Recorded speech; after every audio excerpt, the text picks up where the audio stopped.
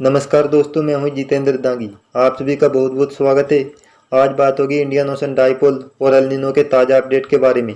ताज़ा अपडेट काफ़ी अच्छा है क्योंकि इंडियन ओशन डाइपोल पॉजिटिव स्थिति में पहुंच चुका है और जानेंगे अगस्त महीने में लगातार जारी भीषण सूखे से कब तक राहत मिलने की संभावना है।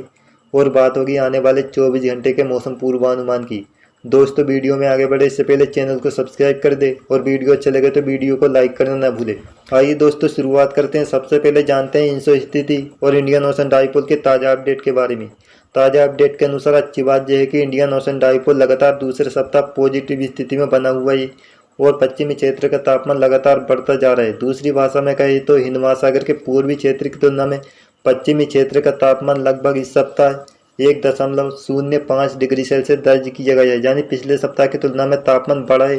इंडियन ओशन डाइपोल की पॉजिटिव स्थिति मानसून के लिए काफ़ी अच्छी मानी जाती है, जबकि नेगेटिव स्थिति में दक्षिण पश्चिम मानसून कमजोर पड़ता है। लेकिन दोस्तों, इंडियन ओशन डाइपोल के पॉजिटिव होने के बावजूद इस सप्ताह देश में दक्षिण पश्चिम मानसून कमजोर बना रहेगा, क्योंकि जून के शुरुआत से ही प्रशांत महासागर में मजबूत एल नीनो बन चुका था। इसके प्रभाव से भूमध्य रेखा पर चलने वाली पूर्वी हवाएं जो प्रशांत महासागर से होती हुई हिंद महासागर में पहुंचती है, वे काफ़ी कमज़ोर हो चुकी थी।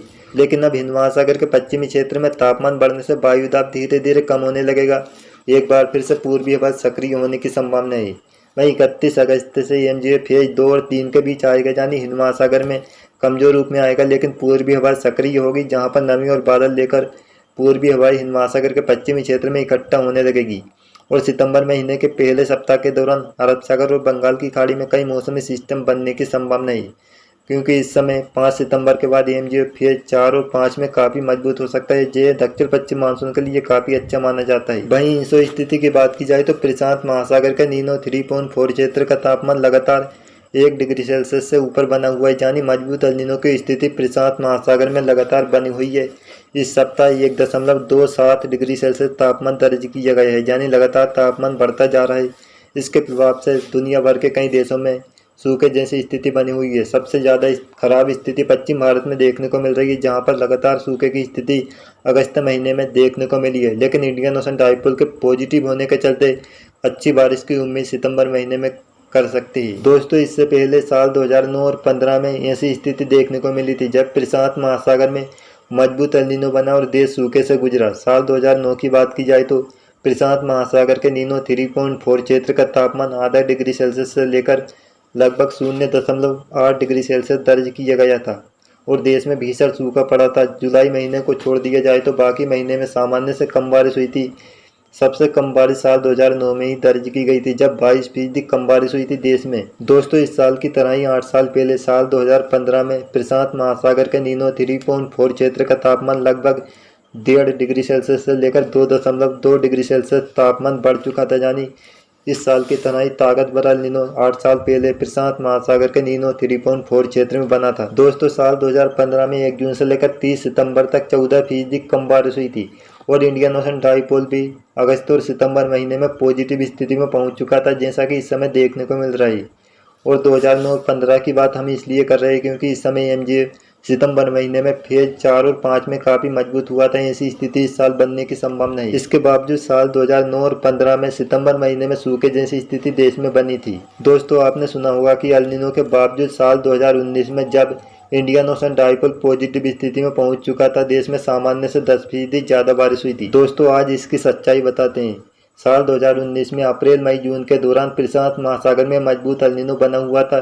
जुलाई महीना आते ही प्रशांत महासागर में एल नीनो समाप्त हो चुका था और सामान्य स्थिति में तापमान पहुंच चुका था। कुल मिलाकर साल 2019 में आधे मानसून सीजन के दौरान एल नीनो बना हुआ था और जून महीने में 35% कम बारिश हुई थी। जुलाई महीने में 10% कम बारिश हुई थी, यानी एल नीनो का प्रभाव जून और जुलाई महीने में देखने को मिला था। लेकिन इंडियन ओशन डाइपोल अगस्त और सितंबर महीने के दौरान पॉजिटिव हो चुका था, जिसका फायदा अगस्त और सितंबर महीने में देखने को मिला।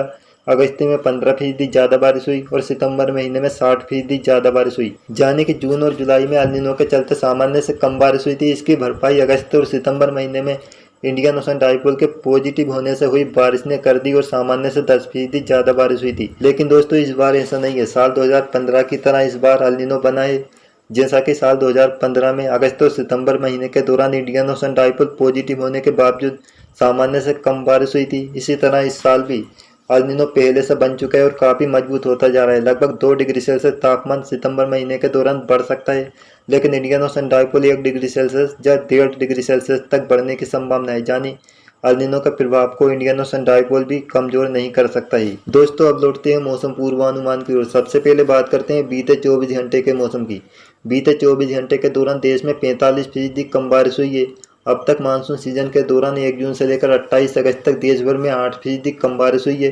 679.5 मिलीमीटर की तुलना में 625.1 मिलीमीटर बारिश दर्ज की जा चुकी है। अगस्त महीने में देश के पश्चिम भारत से लेकर मध्य और दक्षिण भारत में भीषण सूखे की स्थिति बनी रही। राजस्थान के पूर्वी पश्चिमी क्षेत्र, गुजरात, सौराष्ट्र कच्छ, पश्चिमी मध्य प्रदेश, पंजाब, हरियाणा के दक्षिणी भाग, लद्दाख, मराठवाड़ा, मध्य महाराष्ट्र के कुछ क्षेत्र, कर्नाटक, रायलसीमा, केरल में सामान्य के मुकाबले 60 से लेकर 90% तक कम बारिश हुई, जहां पर भीषण सूखे की स्थिति अगस्त महीने में देखने को मिली है। दोस्तों सिर्फ 2 से 4 अगस्त, 18, 19 अगस्त, 23, 24 अगस्त की तारीख को छोड़ दिया जाए तो बाकी तारीख को अगस्त महीने में सामान्य के मुकाबले 30 से लेकर 60% तक कम बारिश हुई है। यानी अगस्त महीने में लगातार सूखे की स्थिति पूरे महीने देखने को मिली है। दोस्तों आने वाले 10 दिन के दौरान भी पंजाब, हरियाणा के दक्षिणी क्षेत्र, उत्तर प्रदेश के दक्षिण पश्चिमी भाग, राजस्थान के सभी क्षेत्र, पश्चिमी मध्य प्रदेश, गुजरात, सौराष्ट्र कच्छ, मध्य महाराष्ट्र में बारिश की संभावना नहीं है। इसको ध्यान में रखते हुए किसान भाई मुरझा रही फसल की सिंचाई कर सकते हैं, क्योंकि फसल बर्बाद हो सकती है जमीन सूखने से। ऐसे में किसान भाई को सिंचाई की व्यवस्था कर लेनी चाहिए। अगर बारिश की संभावना इन इलाकों में बनती है तो हम आगे की वीडियो में विस्तार से जानकारी देते रहेंगे। सिर्फ मध्य भारत के पूर्वी क्षेत्र, पूर्वी मध्य प्रदेश, छत्तीसगढ़, विदर्भ, मराठवाड़ा, तेलंगाना, कर्नाटक, उत्तर प्रदेश, पंजाब, हरियाणा के तराई वाले क्षेत्र में अच्छी बारिश की संभावना अगले सप्ताह के दौरान बन रही है, क्योंकि बंगाल की खाड़ी में 4 से लेकर 6 सितंबर के बीच मजबूत सिस्टम बनने की संभावना है, जिसका प्रभाव मध्य भारत में देखने को मिलेगा।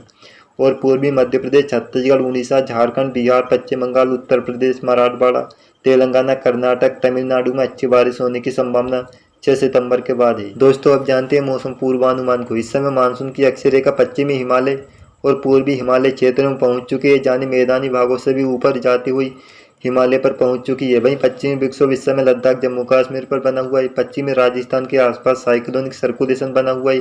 बंगाल की खाड़ी के पूर्वी क्षेत्र, म्यांमार के तट के आसपास साइक्लोनिक सर्कुलेशन बनता देखा जा सकता है।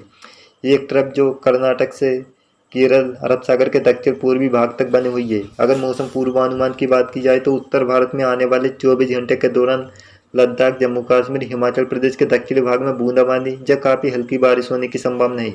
जम्मू कश्मीर के दक्षिणी क्षेत्र, पंजाब के कई भाग, खासकर पंजाब की बात की जाए तो जहां पर फिरोजपुर, तरन तारण, अमृतसर, कपूरथला, जालंधर, मोगा, लुधियाना में गरज चमक के साथ हल्की से मध्यम बारिश होने की संभावना है।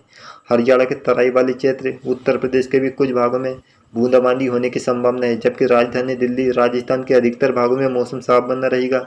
वहीं उत्तर प्रदेश की बात की जाए तो 24 घंटे के दौरान पीलीभीत, सीतापुर, बाराबंकी, शाहजहाँपुर, अमेठी, प्रतापगढ़, अयोध्या, बस्ती, कौशाम्बी में हल्की से मध्यम बारिश, कुछ स्थानों पर गरज चमक के साथ भी बारिश देखने को मिल सकती है।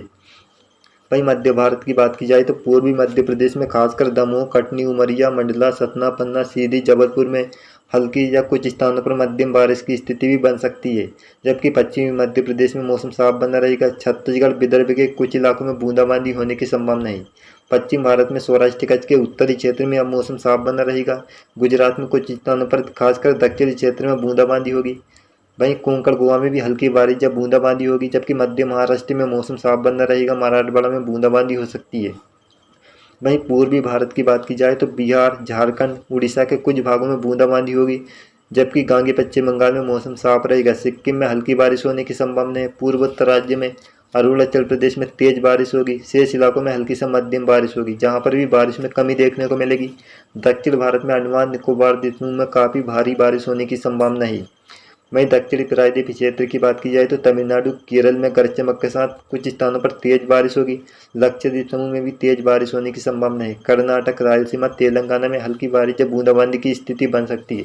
तो दोस्तों ये था मौसम पूर्वानुमान आज का, आने वाले 24 घंटे का। फिर मिलेंगे अगली वीडियो में, तब तक के लिए दीजिए इजाज़त। धन्यवाद।